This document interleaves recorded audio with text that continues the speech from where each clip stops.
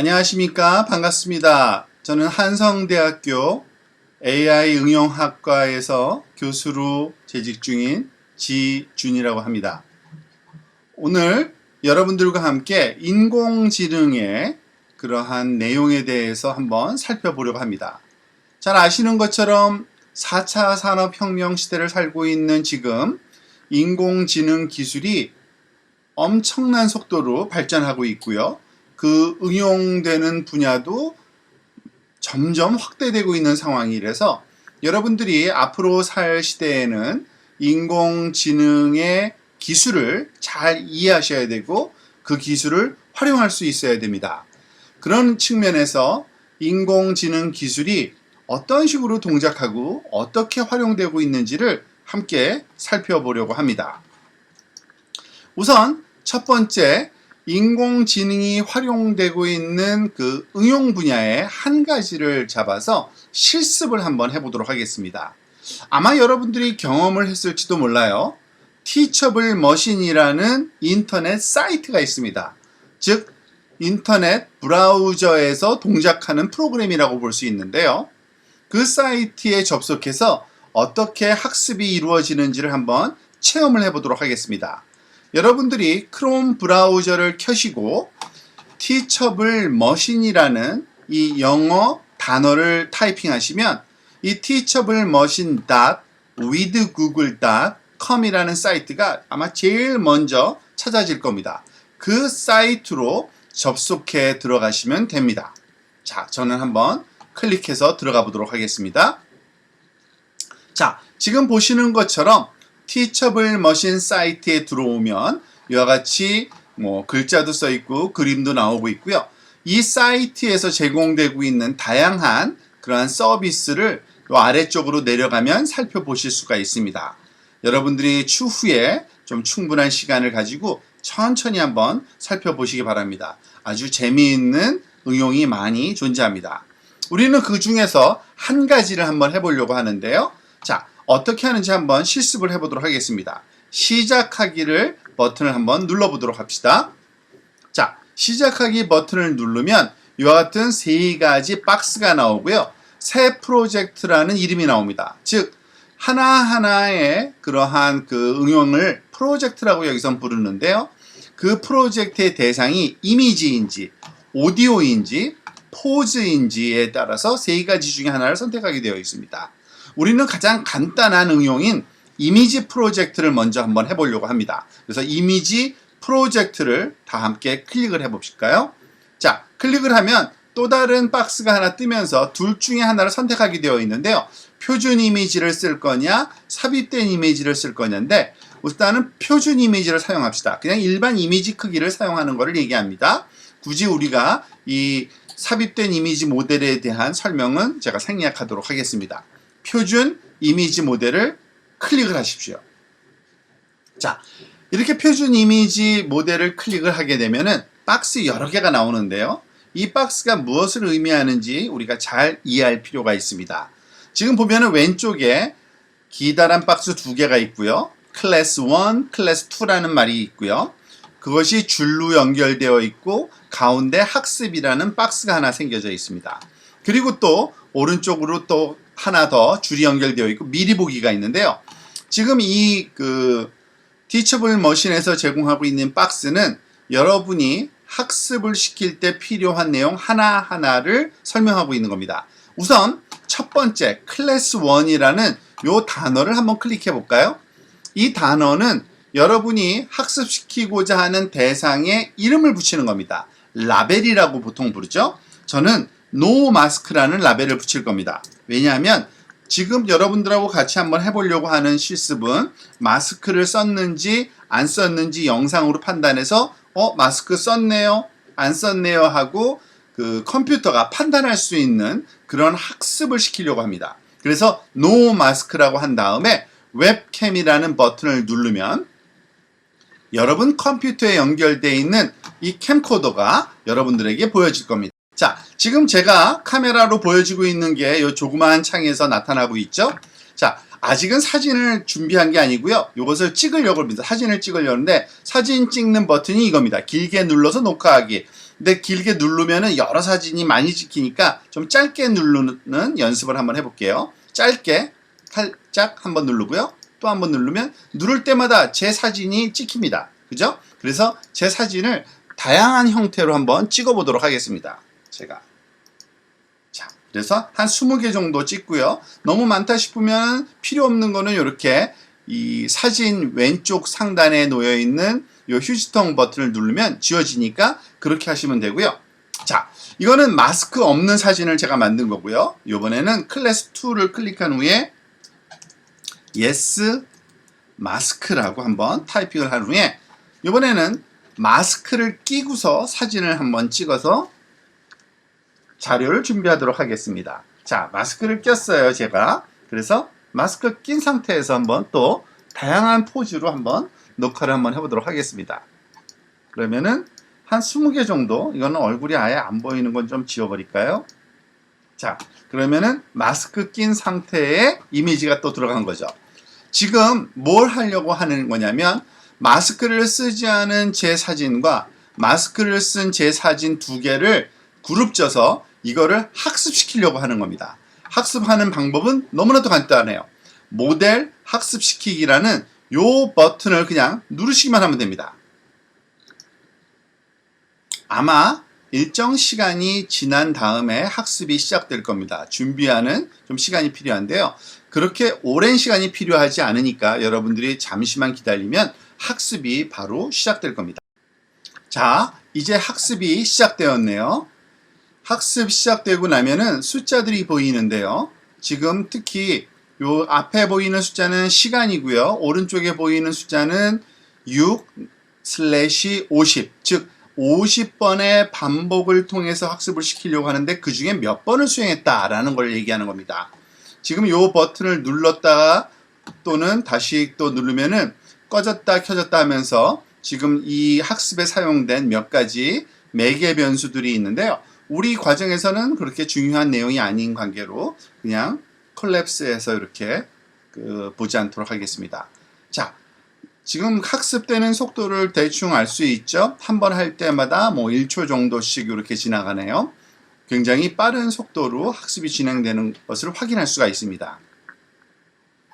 한 34번, 35번, 37번 등등등 계속 학습이 이루어지고 있습니다.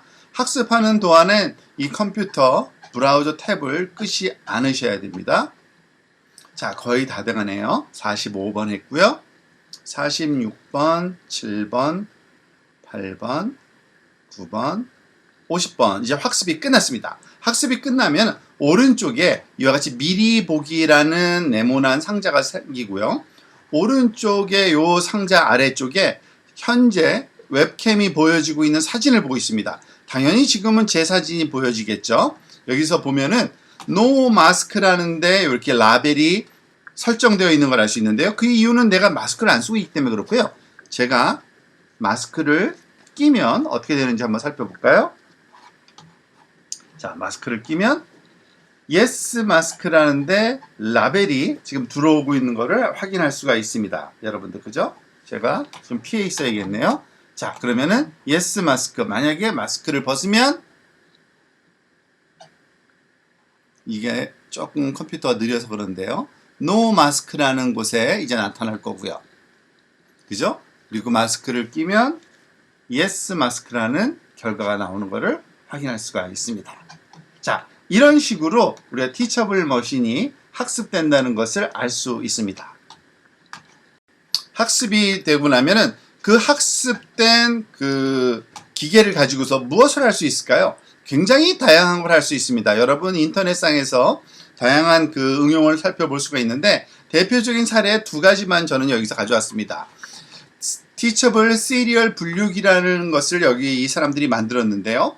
즉 시리얼을 우리가 사서 우리가 뜯어보면 시리얼 안에 맛있는 다른 그런 그 인그레디언트들이 들어가 있는 경우가 있죠. 예를 들어서 여기서는 마시멜로우라는 것을 사람들이 좋아하니까 아이들이 그거를 골라내는 방법을 프로젝트로 한번 한 겁니다. 물론 링크를 여러분들이 클릭해서 들어가시면 이 티처블 머신을 어떻게 학습했고 그리고 하드웨어는 어떤 식으로 구성해서 이 목적을 달성했는지 자세하게 설명이 되어 있습니다. 여러분들이 그것을 좀 참조하시면 되겠습니다. 오늘은 시간 관계상 그냥 생략할 거고요. 그리고 또 하나 티처블 게임 컨트롤이라는 것도 있습니다. 이 게임 컨트롤은 여기에 보여지고 있는 그 인터랙티브한 게임이 있는데요. 이 게임 안에 캐릭터가 움직여 다녀야 됩니다. 그럴 때 키보드 상에 있는 플러스, 그러니까 위쪽, 아래쪽, 오른쪽, 왼쪽 이 화살표로 움직이면서 게임을 실행하겠죠. 그것을 학습을 시켜서 우리의 학습된 모양으로 대신하는 겁니다. 이것도 여러분들이 클릭해 들어가셔서 한번 실습을 해보시기 바랍니다. 강의 내용에서는 좀 생략하겠는데요. 즉, 4가지 종류의 이미지를, 그러니까 위쪽으로 가라, 이렇게 이미지, 오른쪽으로 가라, 왼쪽으로 가라, 아래쪽으로 가라 하는 이미지를 학습시킨 다음에 그것을 가지고 게임을 컨트롤할 수도 있는 겁니다. 굉장히 재밌죠? 이 모든 것이 다 티처블 머신을 가지고서 학습을 시키고 그것을 활용한 예입니다. 아주 간단한 예이긴 합니다만 이렇게 그 인공지능 알고리즘이 우리가 쉽게 쓸 수 있는 그러한 그 형태로 많이 제공되고 있는 것이 요즘 현실의 그러한 그 기술의 수준이라고 여러분들이 이해하시면 되겠고요. 그러면은 도대체 어떻게 학습이 이루어지는지 궁금할 겁니다. 그 내용을 이제 살펴보겠는데요. 지금 왼쪽에 컴퓨터 그림이 있고요. 오른쪽에 또 컴퓨터 그림이 있습니다. 지금 이 그림은 그 우리가 지금 살펴본 티처블 머신의 그 외관을 지금 상징하는 건데요. 컴퓨터에 카메라도 있고 마이크도 있고요. 그 앞에 제가 마스크를 쓰고 마스크를 안 쓰고 입력했죠. 그런데 얘가 무언가를 하고서 나중에 제가 마스크나 아니면 마스크를 쓰지 않았을 때 yes 또는 no라는 답변을 주었습니다. 이게 왜 가능할까요? 사실은 이 컴퓨터 안에는 신경망이라는 알고리즘이 돌고 있는 겁니다. 그래서 그 신경망이라는 알고리즘을 이해해야지만 우리가 인공지능이 어떻게 동작하는지 이해할 수가 있다고 볼 수 있고요. 이 신경망을 간단하게 그림으로 소개되어 있는 게 바로 요 점선으로 그려진 박스 안의 그림입니다. 대부분의 신경망은 어떤 식으로 되어 있냐면요. 입력되는 그런 값들이 있고요. 출력되는 값들이 있습니다. 입력되는 값은 당연히 숫자고요. 컴퓨터는 숫자만 이해할 수 있기 때문에 그렇습니다. 그리고 출력되는 값도 숫자입니다. 그래서 입력되는 값은 사진일 경우에는 사진의 픽셀 값, 소리일 경우에는 소리의 크기 값, 그런 것들을 숫자로 이렇게 동그라미에다가 입력을 하면 그 입력된 값을 다른 입력 값들과 합하고 곱하고 뭐 더하고 해가지고서 복잡한 다른 계산을 수행한 후에 마지막에 어떤 숫자 하나를 구하게 되는데 그 숫자가 1에 가까우냐 0에 가까우냐에 따라서 판단을 하게 됩니다. 그 내용을 우리가 조금 살펴볼 거고요. 이와 같은 신경망이 다양한 형태로 컴퓨터 안에 내장되어 있으면 우리가 그 신경망을 학습시켜서 그것을 또 다른 그 응용에 활용할 수 있게 된다고 이해하시면 되겠습니다. 그러면 이제 신경망은 어떻게 동작하는지를 살펴보도록 하겠습니다. 자, 이제는 신경망에 대해서 우리가 자세하게 한번 살펴보도록 하겠습니다. 신경망은요, 사람의 뇌를 흉내낸 겁니다. 그러니까 사람의 뇌가 어떻게 생겼는지를 좀 알아야 되는데요. 사람의 뇌는 굉장히 많은 신경세포로 구성되어 있습니다. 즉, 보통 860억 개 정도가 보통 한 사람의 뇌에 그 뇌세포가 있다고 얘기를 하고요. 그 뇌세포를 뉴런이라고 많이 부릅니다. 그리고 이 뉴런과 뉴런은요, 많이 연결되어 있어요. 하나의 뉴런에서 다른 뉴런 수천 개 연결이 되어 있어요. 그래서 그런 연결된 그러한 그 부분을 통해서 신호가 주고받는데요. 그것을 신호 전달부, 영어로는 시냅스라고 얘기를 합니다. 그러니까 시냅스는 훨씬 더 많아요. 심지어는 86조 개 정도의 시냅스가 뇌에 존재한다고들 얘기합니다. 아래의 그림은 그 뇌를 구성하는 신경세포와 신경세포들이 연결되어 있는 시냅스를 시각화시킨 건데요. 아주 일부분만 한번 보여주고 있다고 보시면 됩니다.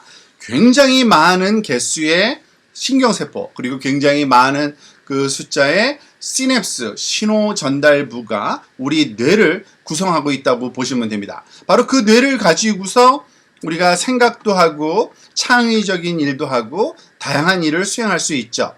자, 그것을 우리가 흉내내기 위해서 일단은 신경세포 하나만을 살펴볼 필요가 있습니다. 사실은 신경망이라고 하는 거는 신경세포 하나를 흉내냈다고 보시면 됩니다. 자, 그 하나의 신경세포가 어떻게 동작하는지를 한번 살펴보도록 하겠습니다. 지금 왼쪽에 보여지고 있는 노란색, 어떤 가지가 뻗어 있는 듯한 노란색 덩어리가 있는데요. 이게 바로 신경세포, 뉴런을 시각화시킨 겁니다. 그리고 이 뉴런은 세포가 있고요. 당연히 이 가운데 덩어리를 우리가 세포체라고 얘기하고요. 이 세포체의 위쪽으로 삐죽삐죽 가지처럼 많은 그러한 소위 형태가 튀어져 나와 있는데요. 이것을 보통 덴드라이트라고 그러는데 사실은 주변 세포로부터 신호를 전달받는 부분이라고 보시면 됩니다. 지금 이 그림이 GIF 애니메이션으로 되어 있어서 빨간색 별 모양이 위에서 쭈르르륵 내려와서 이 안에서 그 신호가 만들어져서 바깥으로 나가고, 지금 보시면 외부에서 들어올 때는 굉장히 여러 개의 별이 들어와서 하나로 바뀌어서 여러 개의 별로 나가는 걸 알 수 있죠. 바로 이러한 동작 원리를 우리가 흉내낸 것을 신경망의 한 부분으로 생각을 하시면 됩니다. 우선 이 신경세포가 어떤 일을 하는지 가만히 생각해 봅시다. 주변의 여러 세포로부터 그런 신경 전달 물질을 전달받아서 어떤 신호를 받게 되죠. 자극을 받게 되는 겁니다. 물론 전기 화학적인 그런 반응이겠죠. 생물학적인 반응일 겁니다. 그런데 그 반응을 가지고서 반응을 할지 안 할지 아래쪽으로 길게 늘어나 있는 이 부분이 바로 출력, 즉 그 신경세포가 어떠한 반응을 보일지 아니할지를 결정하는 부분이라고 보실 수 있고요. 이와 같은 내용을 수학적으로 흉내낸 게 소위 신경망의 뉴런, 하나의 신경세포입니다. 자, 오른쪽 상단에 있는 그림이 조금은 복잡해 보이지만 좀 더 간단하게 오른쪽 아래에 더 단순화시키면 이렇습니다. 신경세포를 나타낼 때 보통 신경망이라는 인공지능 알고리즘에서는 동그라미로 표현합니다. 이 동그라미는 바로 요 신경 세포의 덩어리, 세포체 덩어리를 얘기하는 거고요. 이 동그라미의 왼쪽에는 다양한 입력, X1, X2부터 XN까지 몇 개의 주변 세포로부터 연결되는지는 우리가 그때그때 다를 수가 있습니다. 하지만 굉장히 많은 숫자의 주변 세포로부터 입력을 전달받는 과정이라고 보시면 되고요. 그걸 화살표로 이렇게 표현합니다. 그리고 거기서 결정된 값을 출력, Y라고 표현하는 기호로 된 것으로 출력하게 되죠. 자, 그런데 즉 입력받고 출력하고 전달받고 내놓고 하는 과정에서 그냥 그대로 나가면은 별 재미가 없죠. 그래서 각 세포마다 하는 역할이 다른데 그 하는 역할은 전달받은 신호를 얼마만큼 가중해서 더할지, 그리고 그 값을 밖으로 내보낼지 안 보낼지, 그러한 결정을 하는 수학적인 어떤 모델이 필요합니다. 그게 바로 신경망의 어떤 뉴런 하나가 하는 일이에요.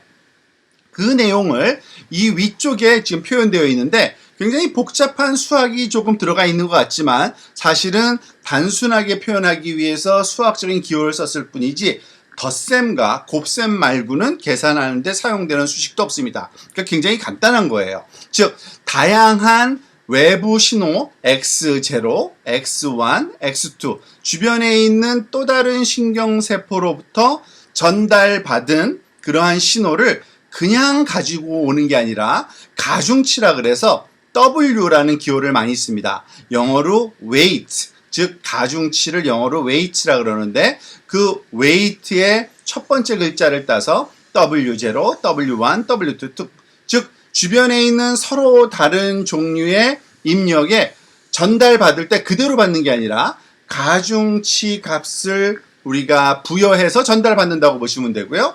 그리고 그거를 몽땅 더하는 겁니다. 이 세포 안에서는 전달받은 거는 다 더해야겠죠. 그 전달받은 거를 모두 더해서 그것을 가지고 출력을 할지 말지를 결정하는 이런 함수 하나, F, 좀 액티베이션 함수, 활성화 함수라고 보통 부르는데 우리는 그걸 자세하게 다루지는 않겠습니다. 우리 과정에서는 그러한 함수가 있구나, 그러한 역할을 또는 기능을 하는 그러한 부분이 있구나 정도만 알면 되겠습니다. 즉 하나의 뉴런은 하나의 신경세포를 흉내낸 거고요.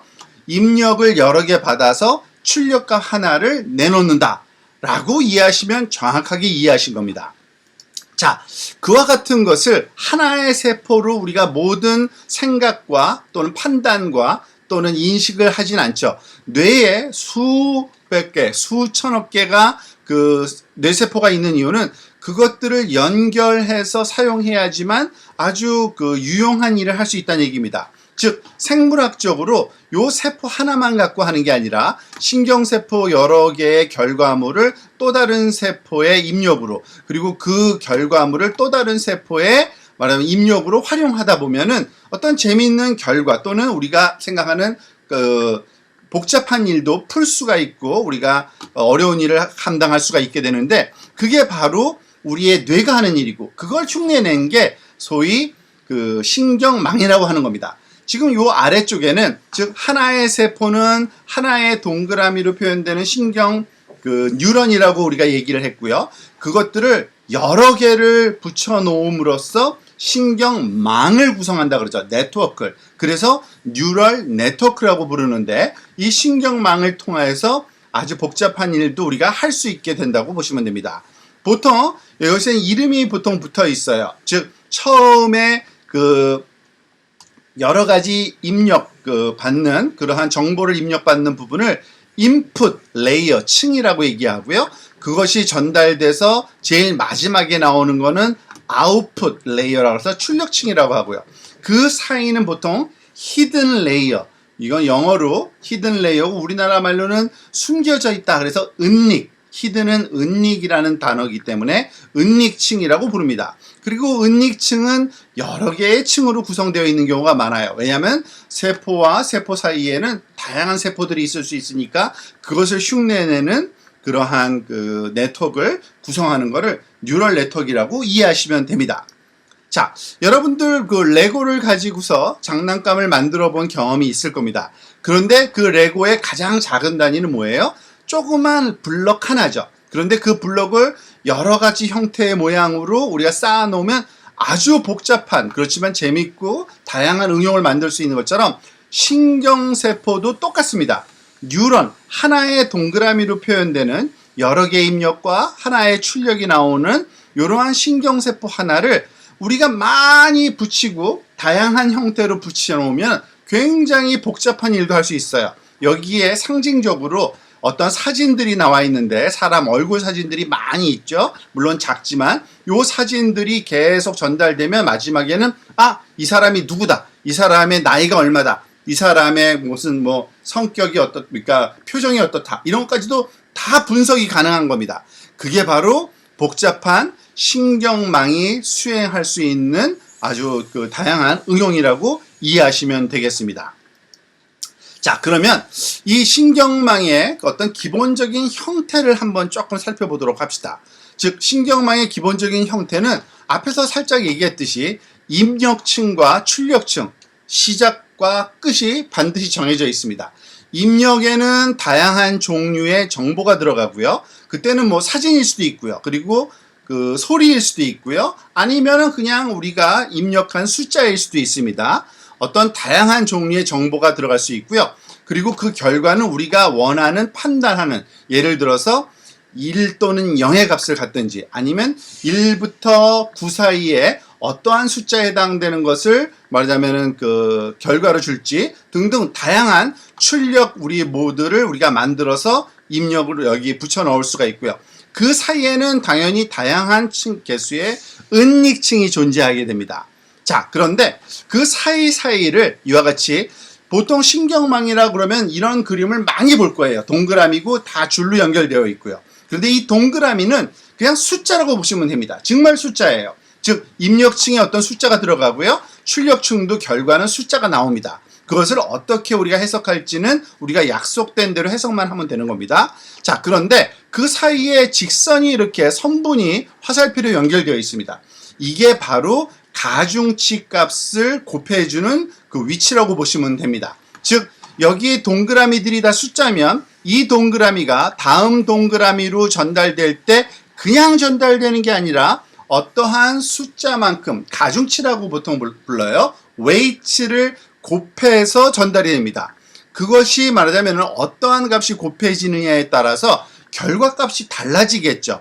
그래서 이 곱해지는 값, 가중치 값을 아주 정확하게 구하면 우리가 원하는 판단을 할 수 있게 하는, 그게 바로 훈련 과정이라고 하는 건데, 그 내용은 또 우리가 차근차근 살펴보도록 하겠습니다.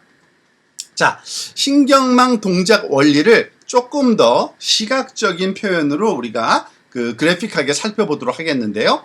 지금 여기에서 7이라는 숫자를 우리가 인식하는 신경망을 한번 구성하는 예를 들어보도록 하겠습니다. 지금 7이라는 숫자는요, 이미지예요. 지금 여기 보면은 이렇게 그 지그재그 형태로 픽셀 모양도 다 보이는데, 사실은 28개 수평 방향, 수직 방향으로 28개의 그런 픽셀로 구성된 이미지입니다.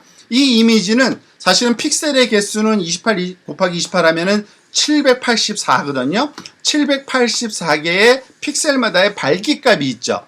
그거를 숫자로 변환해서 요 안에 넣어주는 겁니다. 그러면 그 다음 노드에 이미의 이러한 그 가중치 값이 미리 설정이 되어 있다고 가정을 하시면 됩니다. 우리가 그걸 어떻게 하는지는 아직 배운 적은 없어요. 하지만 그냥 만들어져 있다고 생각을 해보세요. 그리고 그 숫자는 우리가 원하는 어떠한 대로 동작을 한다고 가정합시다. 그러면은 그 값이 그 다음 노드 값, 은닉층의 노드들의 값을 결정하는 데 활용되고요. 그걸 가지고 또 다음 은닉층의 노드들의 값을 결정하는 데 활용되고, 마지막에는 우리가 숫자를 인식하는 문제는 0번째, 1번째, 2번째 어느 노드의 값이 제일 높게 나오냐에 따라서 우리가 이 숫자는 몇이구나 판단할 수 있는 거거든요. 예를 들어서 7이면은 7이라고 우리가 라벨을 붙인 요 노드의 값이 가장 크게 나와야 돼요. 그러면은 이거는 7이구나라고 판단하는 겁니다. 그게 바로 뉴럴 네트워크가 하는 일이에요. 요거를 조금 애니메이션 형태로 다시 한번 살펴보도록 하겠습니다. 아까 말했듯이 지금 요 노드들은 다 숫자고요. 밝기 값을 나타낸다고 보시면 됩니다. 그 크기가 그 밝기 값으로 지금 왼쪽에 다양한 숫자들이 요 입력 노드에 전달되는 걸 볼 수 있고요. 그것이 전달돼서 그 다음 노드, 마지막에는 1인 숫자일 때는 1에 7이라는 숫자가 들어갔을 때는 7에 불이 반짝 들어오는, 여기서 불이 들어온다는 거는 거기에 높은 숫자가 나타났다라는 증거죠. 그것으로 우리가 활용을 하시면 되겠습니다.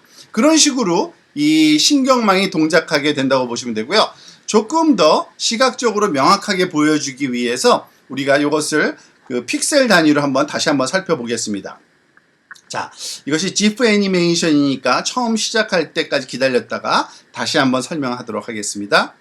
자, 9라는 숫자가 28개 행과 열을 784개에 나누어서 그 밝기 값을 입력으로 넣어주면 그 다음 히든 레이어로 전달되고 또 다른 히든 레이어로 전달되고 마지막에 이 9라는 숫자에 불이 탁 들어오는 이런 식으로 동작하기를 원하는 겁니다. 0일 땐 0이, 4일 땐 4. 자, 그런데 질문이 생기는 겁니다. 무슨 질문이 생기냐면 그러면은 은닉층이라고 부르는 입력과 출력 사이에 있는 그 두 개의 노드들, 요거를 그 동그라미들을 노드라고 부르는데요. 이 노드들이 역할은 도대체 뭘까라는 궁금해지는 거죠. 얘네들이 무슨 역할을 하길래 마지막 출력층이 0, 1, 2, 3, 4 중에 우리가 숫자의 모양과 일치하는 진짜 숫자 값을 알려주는 걸까 궁금합니다. 자, 그 설명을 좀 드리려고 해요. 자, 두 번째 은닉층의 역할을 먼저 한번 살펴보려고 합니다. 두 번째 은닉층이라는 거는 오른쪽에 있는 은닉층을 얘기를 하는 겁니다. 순서상 왼쪽에 있는 게 첫 번째고요. 그 다음에 있는 게 두 번째입니다. 자, 사실 제일 마지막 출력층에서는 9라는 숫자를 인식을 해야 된다고 한번 생각해 보세요. 근데 9라는 숫자는 그 이미지의 어떠한 작은 모양으로 보면은 위쪽에 동그라미가 있고 그리고 중앙에 작대기 하나가 직선으로 쭉 내려가 있는 것과 동일합니다. 즉 이미지를 구성하는 어떠한 작은 이미지 요소들, 그런 거를 분리를 해보면 동그라미와 작대기를 찾아내면은 얘는 구라는 거를 인식할 수 있는 거예요.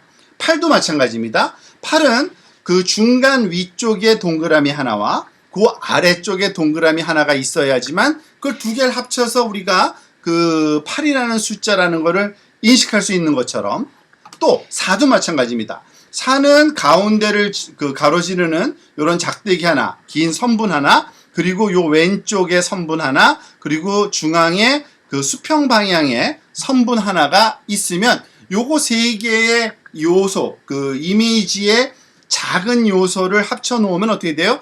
이러한 숫자가 되는 겁니다. 자, 그 얘기는 뭐냐면 바로 그 두 번째 은닉층이 하는 역할이 그런 거예요. 그러한 작은 이미지 요소들을 찾아내는 역할을 합니다. 즉 앞에서 봤던 다양한 작은 이미지 요소들을 여기 오른쪽에 조그맣게 그려놨는데요. 노드들 옆에다가 동그라미, 작대기, 뭐 긴 거. 그런데 9라는 숫자가 인식되기 위해서는 다른 거는 아무렇지도 않은데요.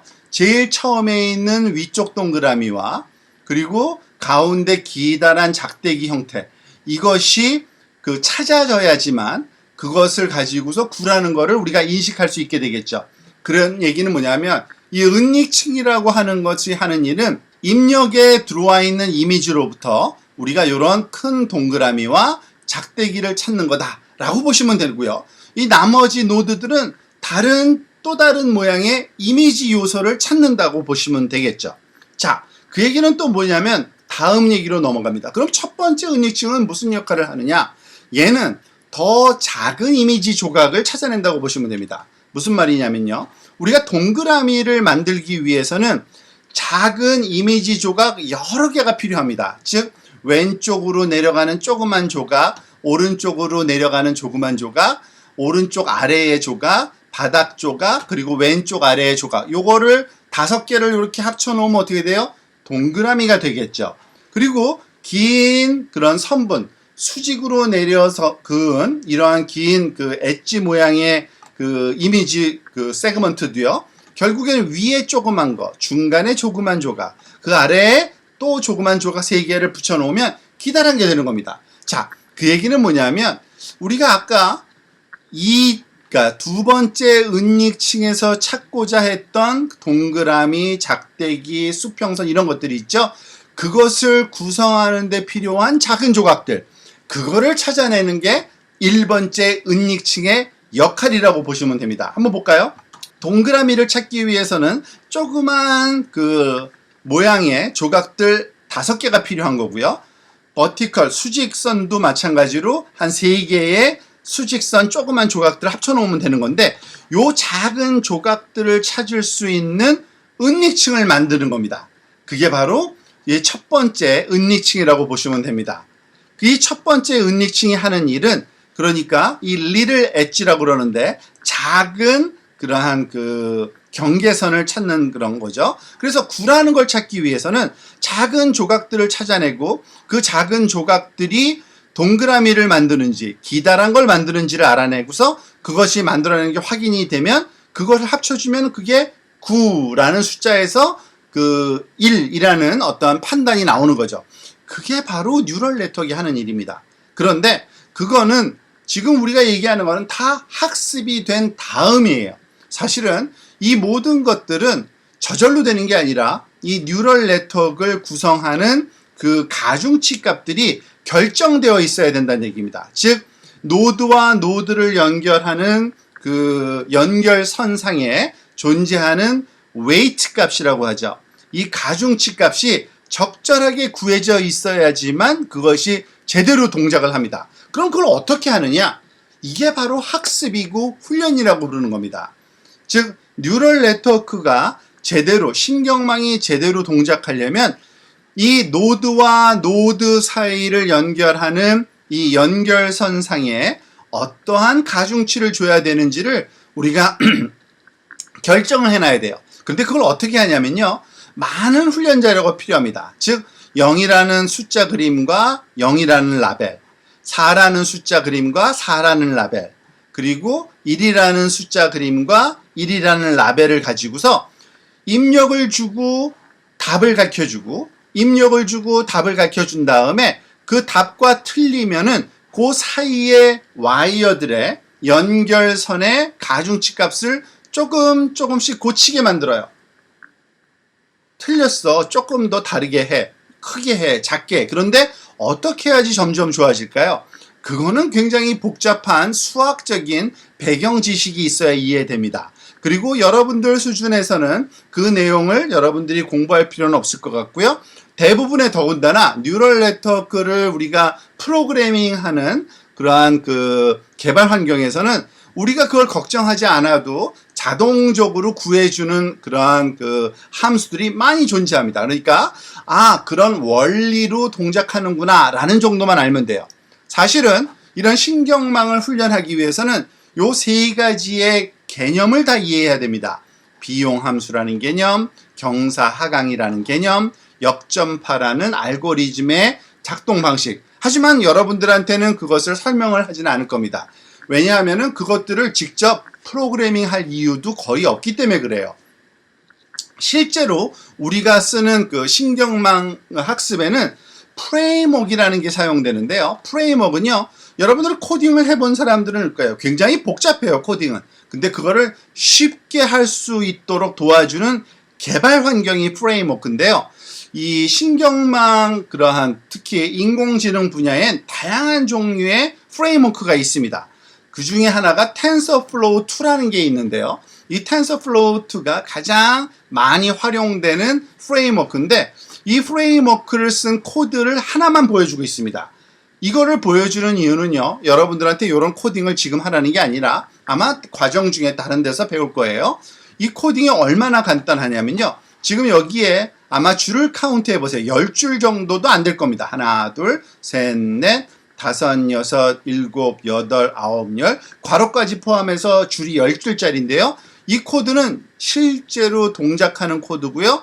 무슨 작업을 하냐면요, 숫자 이미지를 보여주면 이게 1이다, 2다, 3이다, 4다 숫자를 인식하는 코딩입니다. 그런데 10줄만으로 이것이 가능하다는 얘기입니다. 물론 이것을 어떻게 사용하는지 차근차근 배워야겠죠. 그렇지만 굉장히 프로그램이 코딩하는 것이, 특히 인공신경망을 코딩하는 것이 너무너무 쉽게 되어 있다라는 요즘 그 코딩 상황을 여러분이 알고 이와 같은 그 인공신경망 또는 인공지능에 대한 공부를 하면은 큰 부담 없이 이제 많은 것을 알게 될 줄 믿습니다. 자, 이젠 인공지능이 어떻게 사용되고 있는지를 좀 살펴보고요. 어느 정도 잘 동작하는지도 같이 함께 살펴보도록 하겠습니다. 사실 인공지능이라는 거는 누구를 흉내낸 거냐면 사람을 흉내낸 거예요. 그렇죠? 그러니까 사람이 할 수 있는 거를 어느 정도 어떤 것을 흉내내는지를 아는 게 중요합니다. 여기에 지금 그 슬라이드에 그 로봇가 한 명이 그려 있는데요. 이 로봇가 인공지능이 장착되어 있다고 한번 생각해 봅시다. 이 인공지능이 사람처럼 동작하려면 눈으로 들어오는 정보를 다 이해를 해야 됩니다. 보통 그거를 이미지 이해라고 얘기를 합니다. 보통 이런 눈으로 들어오는 이미지를 가지고서 분류, 감지, 분할, 개선 또는 생성 이런 것들을 우리가 해낼 수 있게 되는데요. 그 내용들은 이제 차근차근 다음 슬라이드에서 살펴보도록 하고요. 또 다른 정보가 어디서 우리가 들어옵니까? 귀를 통해서 들어옵니다. 물론 다양한 소리를 우리가 인식하지만 가장 중요한 정보는 언어 정보입니다. 말을 알아듣는 거죠. 그 말을 가지고서 이해할 수 있어야 되는데, 그래서 인공지능 또한 이 언어 이해 부분이 굉장히 강조되고 있습니다. 이 언어 이해 부분에서는 감정 분석이나 번역, 그리고 자동응답, 그리고 질의응답 또는 지능형 챗봇 이런 응용들이 많이 활용되고 있다고 보시면 되고요. 또 하나, 이미지하고 언어는 일종의 정보입니다. 그 정보를 가지고서 판단을 해야 되는데 그게 바로 의사결정 부분이라고 할 수 있습니다. 우리가 판단을 많이 하잖아요. 우리가 말하자면 그러니까 자동차 운전 중에 앞에 보행자가 있으면 스탑해야 되는 판단입니다. 그런 것들을 우리가 다 통틀어서 뭐 검색도 판단이고요. 추천도 판단이고요. 이상 감지, 계획, 자율주행 등등이 이런 의사결정 분야라고 할 수 있습니다. 이러한 각 분야에서 어떠한 식의 응용이 그 인공지능으로 우리가 구현되고 있는지를 한번 살펴보도록 합시다. 첫 번째, 그 이미지 이해입니다. 이미지 이해 부분은 굉장히 많이 발전되어 있습니다. 지금 이 그림이 여러 개의 분야를 제가 그런 모자이크 형식으로 이렇게 표현해 봤는데요. 우선 제일 왼쪽에 있는 그림을 가만히 보면 감지 분류라고 되어 있는데 그 뒤에 있는 그 사진을 가만히 보세요. 사람 얼굴에 네모난 그 사각형 초록색 박스가 그려져 있죠. 그거는 그 이미지 중에 어느 부분이 사람 얼굴인지를 다 찾아낸 겁니다.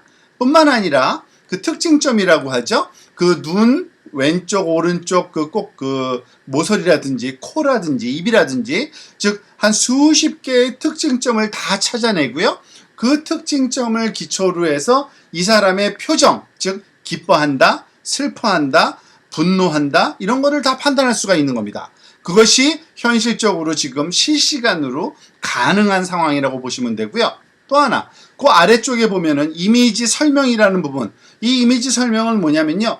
우리가 그 뉴스나 아니면은 인터넷상에서 자료를 읽다 보면은 사진이 있고 그 밑에 사진 설명이 있습니다. 그 사진 설명이 인공지능이 스스로 만들어낼 수가 있습니다. 즉, 이미지를 보고서 그 이미지 안에 지금 보다시피 여기에 바운딩 박스라고 하는데요. 이러한 그 객체들을 다 찾아내고 그 객체가 무엇에 해당되는지 라벨까지 붙여놨죠. 그리고 그 단어들을 엮어서 문장을 만들 수가 있습니다. 예를 들어서 여기 보면은 A parked motorcycle, 그 주차되어 있는 모터사이클이다. 그리고 그 자전거를 타고 가는 사람이 있다. 등등등 문장을 만들어낼 수가 있습니다. 이게 바로 이미지 이해 부분이고요. 또한 이미지 분할이라는 분야가 있습니다. 지금 보다시피 여기에 보면은 우리가 흔히 운전을 하다가 길거리에서 발견하기 쉬운 그러한 이미지인데요. 그 이미지상에 하나하나의 대상이 무엇을 나타내는지를 구분해내야 됩니다. 영역도 잘라내야 되고요. 지금 보다시피 보행자는 붉은색으로, 그리고 신호 표지판은 노란색으로, 그리고 자동차는 파란색으로, 길은 보라색으로 지금 표시되어 있잖아요. 이러한 식의 어떠한 그 대상을 우리가 그 분할해서 표현하는 방법이 있는데 이것도 인공지능적으로 가능합니다. 저게. 또한 생성 변환 분야라고 해서 이미지를 가지고 다양한 응용이 지금 만들어지고 있는데요. 즉 예를 들어서 여기엔 쌍으로 나타난 것들이 많은데요. 이 얼룩말부터 볼까요? 얼룩말 사진하고 보통말 사진이 있는데 동일한 모양이죠. 자, 왜 그런 거냐면 사실은 이 얼룩말 사진을 가지고서 보통말이 찍혔을 때 사진으로 바꿔치기 한 거예요. 인공지능적으로 이게 가능합니다. 또는 거꾸로도 가능해요. 일반 말인데 그거를 가지고 마치 얼룩말이었다면 어떻게 되었을까라는 얼룩말 사진으로 바꿔치기 할 수가 있습니다. 또한 그 옆에 있는 모네 포토 또는 포토 모네가 있는데요. 모네라는 유명한 서양 화가가 있는데 그 화가가 그림을 그렸다면은 어땠을까라는 것을 사진을 주고 우리가 상상할 수 있는 거를 이것을 직접 우리가 만들어낼 수가 있습니다. 인공지능적으로. 거꾸로도 가능해요. 모네가 그린 그림을 보고 이 그림은 사실 사진으로 찍었다면 어땠을 거다라는 것을 우리가 생성을 해낼 수 있습니다. 그래서 이러한 것들을 변환 또는 생성 분야라고 하는데요. 그와 같은 것이 가능한 것이 요즘에 인공지능 이미지 이해 분야라고 할 수 있습니다. 또한 언어 분야에서도 인공지능이 엄청나게 지금 발전되어 있습니다. 감정 분석이 가능해요. 무슨 말이냐면은 우리가 댓글을 쓰거나 아니면은 리뷰, 말하자면 상품평 같은 걸 쓰잖아요. 그러면은 그것이 좋다는 뜻인지 나쁘다는 뜻인지 그거를 판단할 수가 있어요. 그리고 그것을 인공지능적으로, 특히 영화 같은 경우에는 좋아요 하면서 말하자면 별을 몇 개 줄지 그런 것들을 일일이 별을 표시하지 않더라도 우리가 그것을 쓴 문장만으로도 이 사람은 별 3개를 준 거구나 또는 별 4개를 준 거구나 판단이 가능합니다. 그것이 감정 분석이에요. 또한 객체 분석이라 그래가지고 어떤 사용자가 묻는 또는 질문하는 또는 쓴 글의 내용의 가장 핵심적인 그 대상이 무언지를 찾아내는 그러한 그 소위 인공지능적인 그 알고리즘도 있고요. 여러분들도 이미 많이 사용하고 있을 줄 압니다만 기계 번역, 즉 자동 기계 번역기가 있죠. 그것이 바로 인공지능이 하는 일입니다. 즉 구글 번역기를 쓰면은 여러분들 영어로 쓴 거라든지 또는 전혀 모르는 나라의 언어도 우리가 한글로 번역돼서 이해를 할 수 있는데 그 번역기의 그 소위 그 질이 굉장히 좋아졌습니다. 이제는 거의 뭐 웬만한 사람 그 익숙한 그 번역가보다도 좋은 결과를 많이 그 만들어 주거든요. 여러분들 열심히 활용하시면 굉장히 그 편하실 겁니다. 또한 챗봇이라 그래서 여러분들 인터넷상에서 말하자면은 상담하는 그러한 그 챗봇들이 그 가끔 존재하는데요. 그것들은 실제로 그 상대방 그 채팅해주는 대상이 사람이 아닌 경우가 많습니다. 너무 뻔한 그런 질문들, 예를 들어서 뭐 보험 관련 질문이라든지 법률 상담이라든지 그와 같은 것들은 그 이미 그 학습된 로봇가 그 응대를 해준다고 보시면 되는데 그거 다 언어를 이해해야지만 그것이 가능한 거죠. 그러한 언어 이해 능력이 뛰어난 인공지능이 많이 만들어져 있습니다. 그리고 종합적인 정보를 분석하는 그리고서 판단을 하는 의사결정 분야도 많은데요. 여러분들 너무 잘 알고 있는 우리가 알파고 얘기를 아시죠? 즉 알파고가 우리가 그 가장 그 뛰어난 그 바둑 기사를 이겼는데요. 이세돌을. 자, 그 판단하는 데 있어서 다양한 정보가 활용되지만 결국에는 바둑돌을 어떻게 어느 거를 움직일지를 판단하는 종합적인 그러한 그 추측, 왜냐하면 사고를 하게 되는데 그와 같은데 인공지능이 활용돼서 사람보다 뛰어나다는 것이 이미 증명이 됐고요.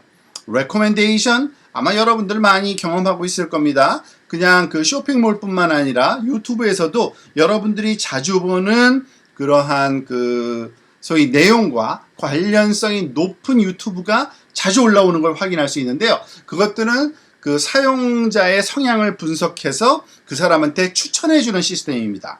그런 것들이 우리 인공지능적으로 활용되고 있고요. 또 리얼타임 아노말리 디텍션이라 그래서 사실은 금융 분야에서 많이 활용되는데 예를 들어서 카드가 말하자면 분실했는데 도용돼서 누군가가 쓰고 있는지 확인한다든지 또는 불법적인 거래 등을 확인할 때 쓰고요.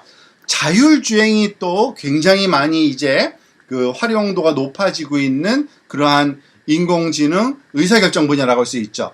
즉 자율주행도 굉장히 많은 정보를 사용을 합니다. 즉 레이더 정보뿐만 아니라 그 이미지 정보를 우리가 모든 방향으로 판단한 다음에 실시간으로요. 그리고 그것을 가지고서 앞으로 갈지 우회전할지 좌회전할지 스탑할지를 결정하는데 오른쪽 위에 또 다른 지금 지프 애니메이션으로 그림 보여주고 있는데 인공지능적으로 그 대상체를 실시간으로 찾아서 그게 무언지를 판단하는 것이 굉장히 지금 아주 그 일상적으로 활용될 수 있는 그러한 응용 그런 기술로 이미 정착이 되었습니다. 지금 그래서 그걸 활용하면은 다양한 응용을 만들 수 있고요. 자율주행차에 당연히 활용되고 있다라고 이해하시면 되겠죠. 자, 그럼 인공지능의 현재 어디까지 되어 있는지 좀 궁금하죠. 이미지 인식 분야에서는 사람보다 뛰어나다고 보시면 됩니다.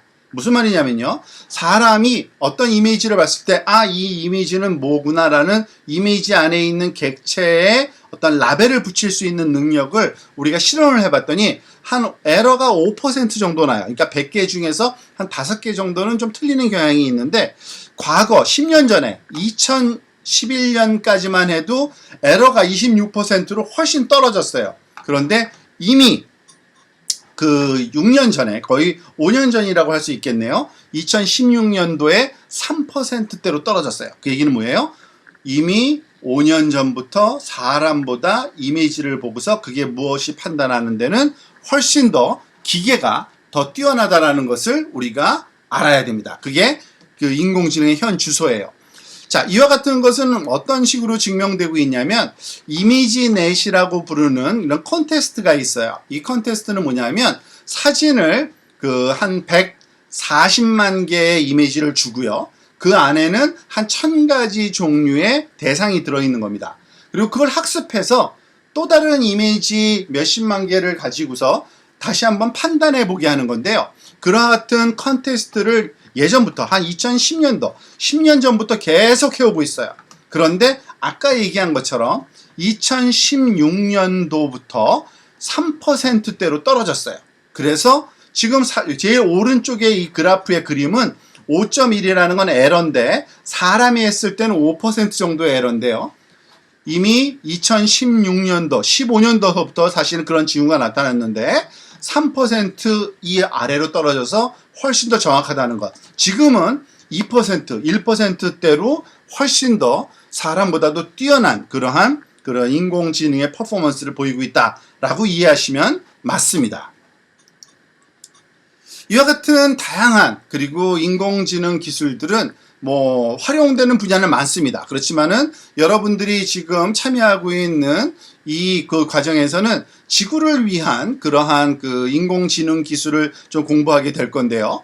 다양한 생물의 다양성 보호, 기후 변화나 또는 기후 재난 예측, 그리고 지속 가능한 농업, 수자원 등등 이 지구를 우리가 안전하고 깨끗하게 지키는데 필요한 많은 분야들이 있습니다. 그 링크가 여기 하나 있는데요. 마이크로소프트사에서 운영하는 AI for Earth라고 지구를 위한 인공지능 기술들에 대한 그러한 현 주소를 모아놓은 걸 참 참조하시면 되고요. 그리고 또한 식물 지킴이, 즉 식물의 건강 상태나 또는 양육 상태, 그러니까 성장 상태를 우리가 판단하는데 활용을 하면 그것을 가지고 다양한 그러한 응용을 또 우리가 경험할 수 있게 될 줄 믿습니다. 여러분들 인공지능을 가지고서 여러분들이 무엇을 할 수 있는지 앞으로 다른 과정에서 많이 공부를 해보시고 경험하셔서 이제 4차 산업혁명 시대에 중요한 그러한 역할을 하는 인재로 성장하시기를 바랍니다.